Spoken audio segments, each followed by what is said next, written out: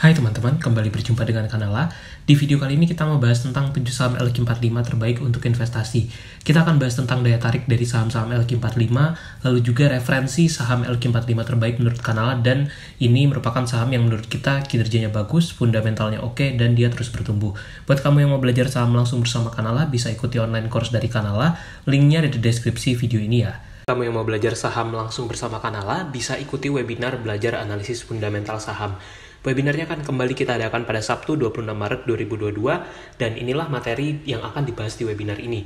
Benefit yang didapat peserta nanti akan mendapatkan materi webinar, lalu mendapatkan rekaman video webinar, dan bisa tanya jawab saham langsung bersama Kanala ID.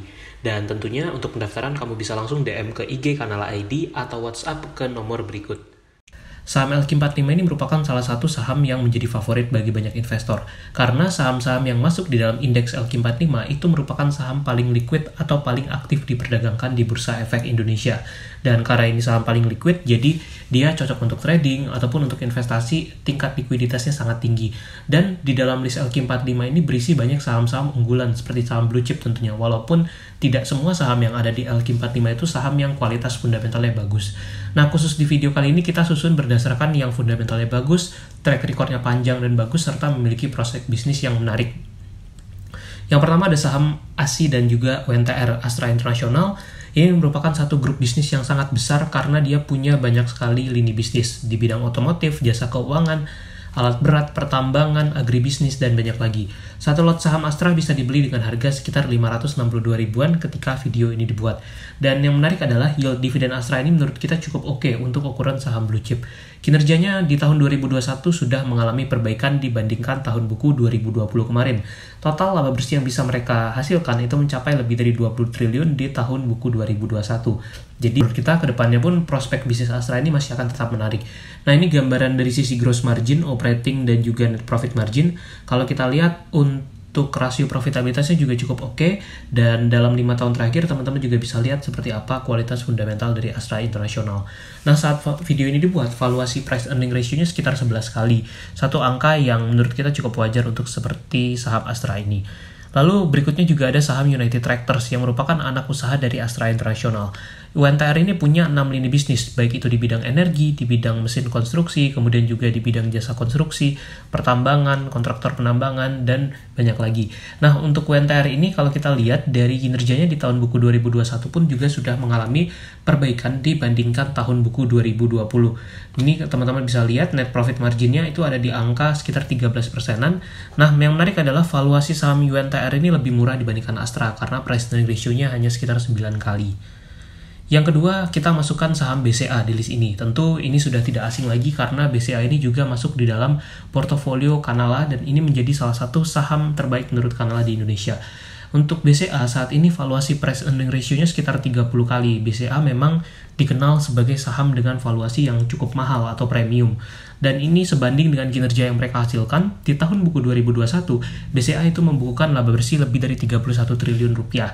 Dan ini sudah lebih tinggi dibandingkan masa seperti sebelum pandemi COVID. Jadi secara kinerja, BCA ini semakin baik dari tahun ke tahun. Ini gambaran valuasinya. Kalau kita lihat yield dividen memang cukup kecil ya, karena biasanya yield dividen BCA itu mungkin hanya sekitar 1-1,5% biasanya.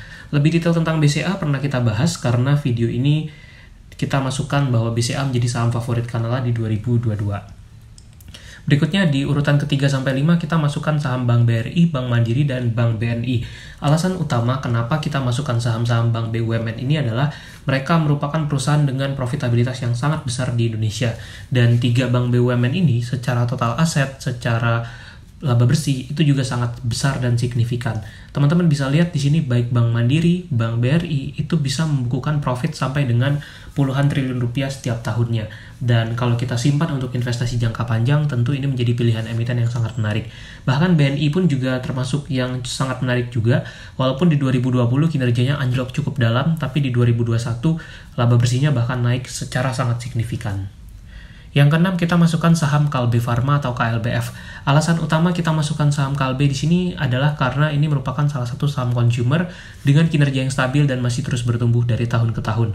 Mereka punya produk-produk di bidang kesehatan tentunya, dan ini gambaran valuasinya. Saat video ini dibuat, price earning ratio Kalbe Pharma itu sekitar 25 kali, dengan yield dividen sekitar 2%.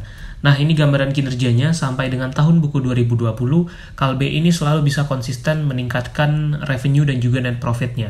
Dan di tahun 2020 kemarin laba bersihnya sekitar 2,7 triliunan, dan kalau kita lihat sampai dengan 3 kuartal pertama di 2021 kemarin, itu sudah naik cukup lumayan juga secara year on year. Jadi kita perkirakan untuk tahun buku 2021 kinerja Kalbe masih terbilang lebih baik dan bertumbuh juga.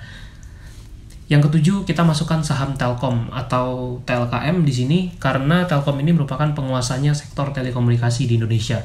Dan secara valuasi pun dia cukup menarik karena price earning ratio-nya sekitar 18 kali dan yield dividennya bisa lebih dari 3,8%.